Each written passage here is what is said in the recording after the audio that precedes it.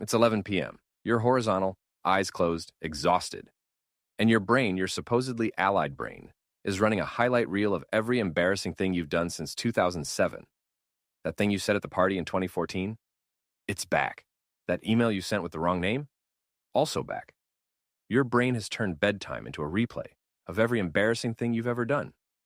The culprit has a name: cortisol.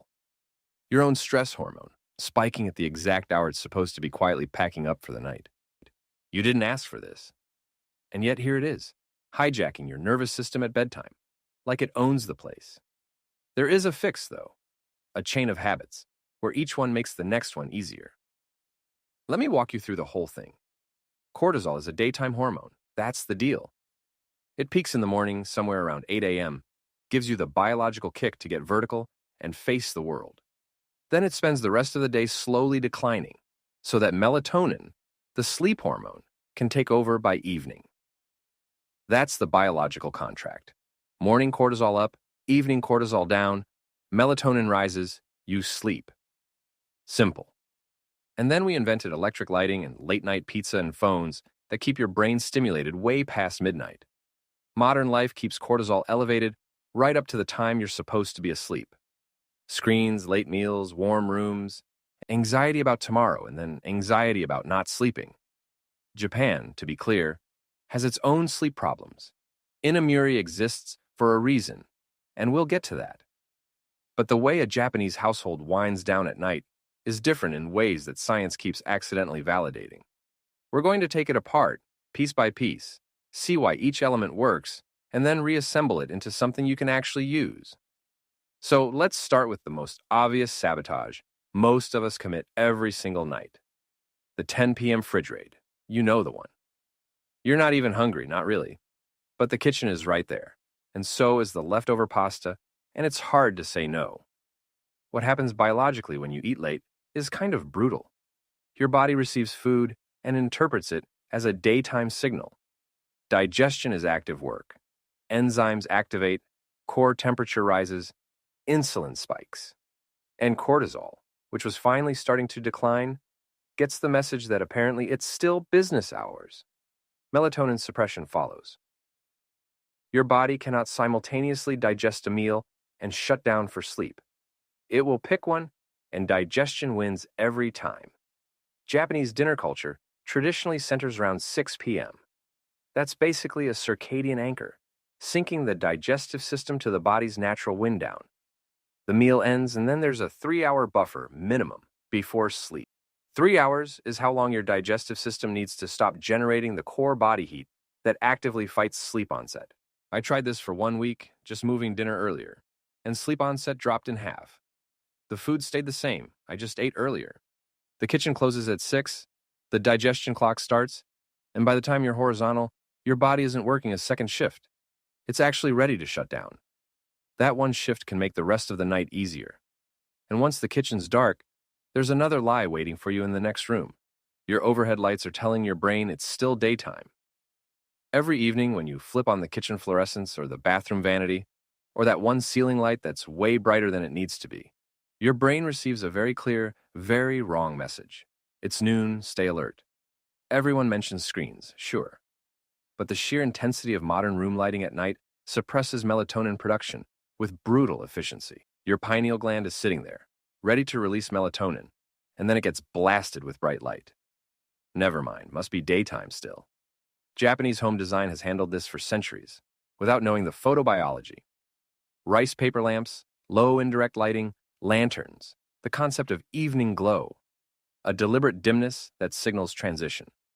The practical version is a 2-hour dim ramp. If you want to sleep at 10, start dimming at 8. Kill the overhead lights, use one warm lamp, just one. Sit in what feels like an uncomfortably dim room for the first 3 days and watch what happens on night 4.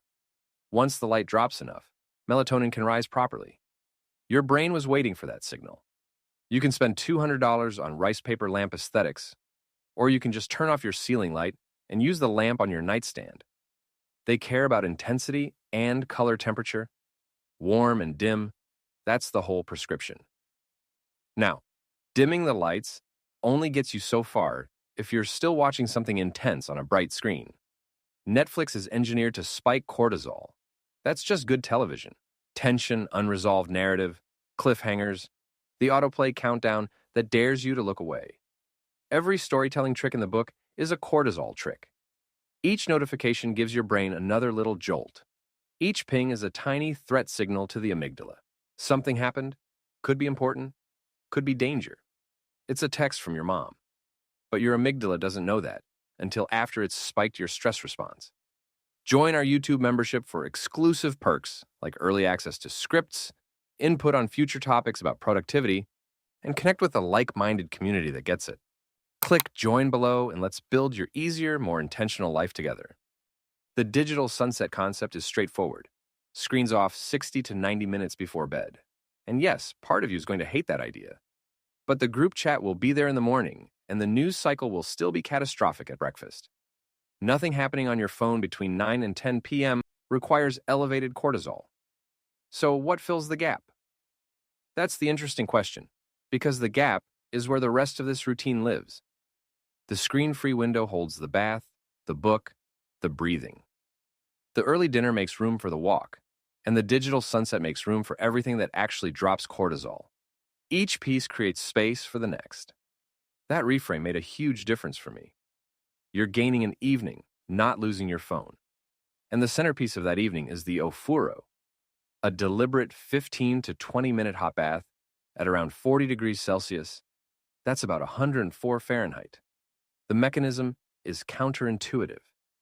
You're setting your body up to get sleepy later. That's a non-negotiable biological requirement. The hot bath forces blood to the skin's surface. You get out, that heat radiates away rapidly, and your core temperature drops fast, faster than it would have without the bath. The bath helps your body cool down faster afterward.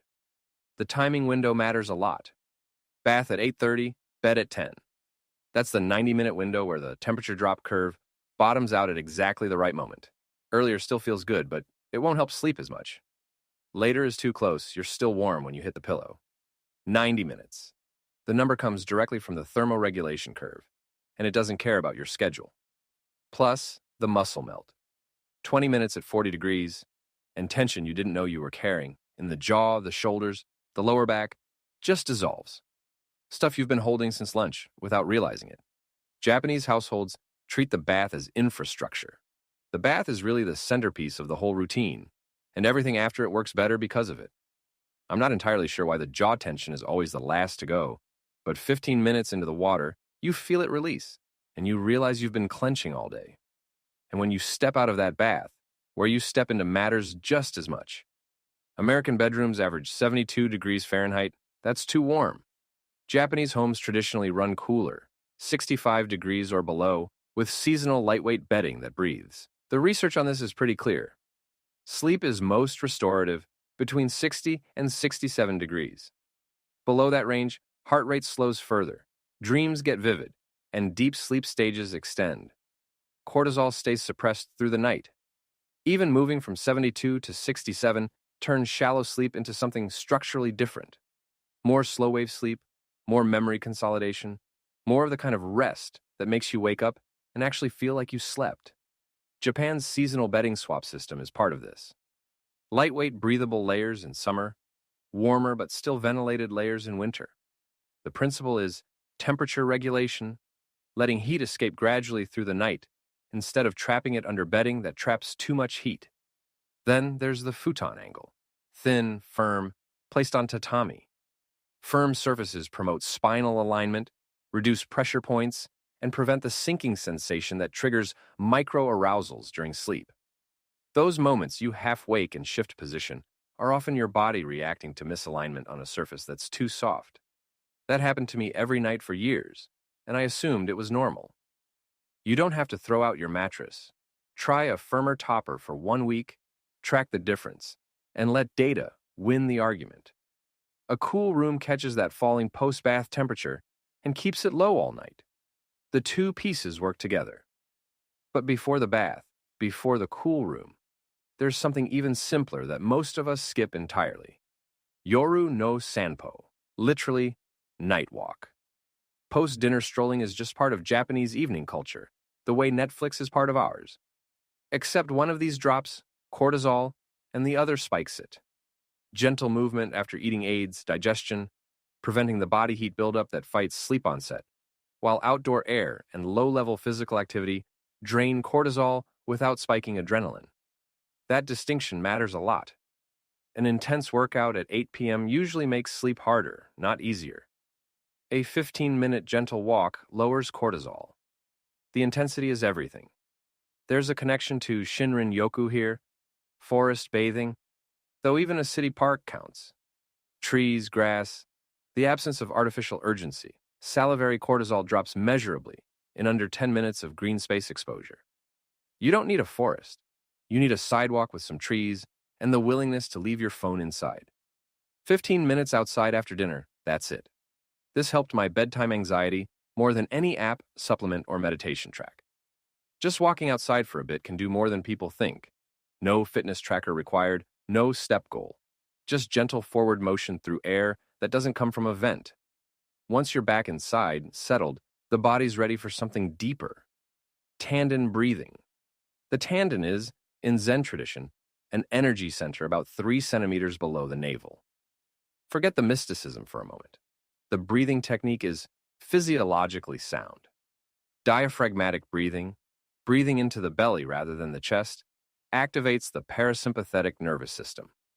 That's the rest and digest branch, the direct counterpart to the sympathetic system that cortisol runs on. The technique is simple. Breathe into the lower belly, feel it expand, hold briefly, exhale slowly, twice as long as the inhale. Repeat. 2 minutes of this measurably. Drops heart rate and cortisol markers. Particularly effective for 3 a.m. wake-ups. You know the ones. Your body starts preloading cortisol for the morning in the early hours, and sometimes it overshoots. Suddenly, you're wide awake at 3:17 with your heart racing about nothing in particular. Tanden breathing can interrupt that spike before it fully activates. Press the point below the navel. Breathe out. Feel the upper mind chatter, physically drain downward. It sounds ridiculous until it works. And then you feel ridiculous for not having tried it sooner. Ancient warriors used this to stay calm before battle. You're using it to stop replaying a conversation from Thursday. Different situation, same nervous system. There's one more mental tool that pairs well with the breathing, and I'll be honest, I resisted this one. Gratitude journaling. I know. The problem with standard gratitude journaling is that it feels forced. I'm grateful for my health, said by a person who is actively anxious about tomorrow, can feel forced when you're already anxious. The brain rejects it, and cortisol doesn't budge. The Japanese reframe is different. Instead of listing big abstract categories, you identify the small gifts of the day. Tiny specific moments. The coffee that was exactly right, the email that didn't arrive, the particular light at the end of the street at 6 p.m. Why does this work when the generic version doesn't? Your brain's threat detection system, the system keeping cortisol elevated, is actively scanning for problems. That's its job. It scans constantly, never stops. This redirects that same scanning habit. Same mechanism, different target. You're pointing the scanner somewhere else, that's it. Emotional cortisol responds to replaying arguments, anticipating problems, rehearsing catastrophes. The gift hunt interrupts the rumination loop. 3 things before lights out, small, specific, real. It helps the worry loop lose momentum.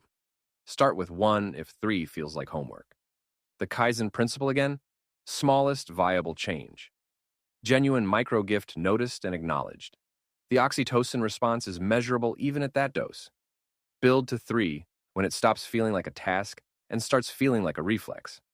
Now, all of this is about the evening, but there's a daytime piece worth mentioning too. Inamori, literally sleeping while present. Napping on trains, at desks, in meetings. In Japan, this signals dedication. You worked so hard, you fell asleep. It's a very different way of looking at rest. Forget the cultural angle, though. The physiological case is airtight. A 20-minute nap in the early afternoon drops cortisol, boosts cognitive performance, and critically, doesn't accumulate sleep debt or disrupt nighttime sleep. Timing precision matters. After 3 p.m., naps start eating into nighttime sleep pressure. Before 1 p.m. is ideal. 20 minutes is the ceiling before you hit deep sleep and wake up feeling like you've been sedated. Inamiri is about efficiency. Your brain and body need recovery, whether you admit it or not. The connection to the night routine is indirect but real. Afternoon cortisol management with a strategic nap means less accumulated stress hormone arriving at your evening doorstep. You're smoothing out the afternoon so the night has less to clean up. The whole 24-hour cortisol curve matters, and the nap is one of the cheapest interventions on the board. 20 minutes, a quiet room, permission to close your eyes. That permission matters in a culture where being tired is treated like normal. Honestly, we could all use that permission. And then there's the last ritual piece. The Japanese tea ceremony has very little to do with tea. The whole point is pace, deliberate slowness as a practice. The evening application, a slow, mindful hot drink, a transition anchor between the active day and sleep preparation. The ritual slows, breathing naturally. The warmth signals safety. Deliberate attention to one simple act interrupts the mental task switching that keeps cortisol elevated all evening. Chamomile, mujicha, that's roasted barley tea, or just warm water. Honestly, the warmth itself is the active ingredient as much as anything dissolved in it. The point is to slow the whole process down. Your body follows the pace you set for it. This is the transition anchor, the moment the evening routine signals we are done now. The brain needs that. A behavior that means the day is over. Researchers at the University of Sussex found that 6 minutes of reading reduced stress markers by 68%. Faster than music, faster than tea, faster than walking. 6 minutes. Physical books specifically, because there are no notifications, no blue light, no algorithmic rabbit hole that starts with one article about sleep and ends with you watching a documentary about deep sea fish at 1 a.m. The mechanism is narrative absorption. A good book pulls you out of your own head. Your anxious thoughts about tomorrow's meeting simply cannot compete with a murder mystery. Pair the tea with the book. 20 minutes of warm cup and cold pages. At that point, your system has a real chance to settle down. So, the whole stack, chained together. 6 p.m. Dinner ends, the kitchen closes, the digestion clock starts. 6:15. Yoru no sanpo. 15 minutes outside. Doesn't matter where. Just outside, just moving, just breathing air that isn't recycled through ductwork. 7:30. Lights begin to dim, overheads off, warm lamp on. The room itself starts to feel calmer. 8:30. Screens off, the digital sunset. Your group chat will survive. 8:45. The ofuro, 40 degrees, 20 minutes. Set a timer so you don't stay in too long. 9:15. Out of the bath, bedroom cool, tea brewing. The 90-minute temperature drop clock is running. 9:30. Tea and book, tandem breathing between chapters. 10 p.m. 3 gifts, 1 minute, lights out. The cortisol curve across this sequence. Elevated at 6 p.m., dropping steadily through each step, hitting the floor by 10. Melatonin rising in the gap left behind. The Kaizen principle applied to the whole routine means you don't need all of this tomorrow. That would be insane. Pick one. The bath, the walk, the lights. Just one. The system compounds, and each piece makes the next piece easier. The early dinner makes the walk natural. The walk makes the bath more effective. The bath makes the screen-free time bearable. The screen-free time makes the book absorbing. The book makes the breathing slower. The breathing makes the gratitude genuine. Your cortisol doesn't care about your schedule. It doesn't care about your deadlines or your ambitions or your very strong feelings about needing one more episode. But it does respond to your environment. And Japan figured out the environment a long time ago. Through architecture, paper lamps and early meals and hot water and cool air, and the idea that the hours before sleep matter more than any others in the day. They shape how rested or stressed you feel the next morning. Run this stack for 1 week, and you fall asleep faster and wake up less. You also wake up better, which is the part people skip over. How you wake up tells you how you slept. You don't need to move to Kyoto. You don't need a tatami room or a ceramic tea set or a buckwheat pillow, though honestly the pillow is pretty great. You need one change tonight, the smallest one that feels doable, and then you need to notice what it does to the next morning. And hey, if you like this video, don't forget to subscribe and hit that like button. Also, let me know your thoughts on what I just shared. Oh, and there's more. I've just started a Patreon to help support these videos and connect with you more directly. Check out the link in the description if you'd like to join.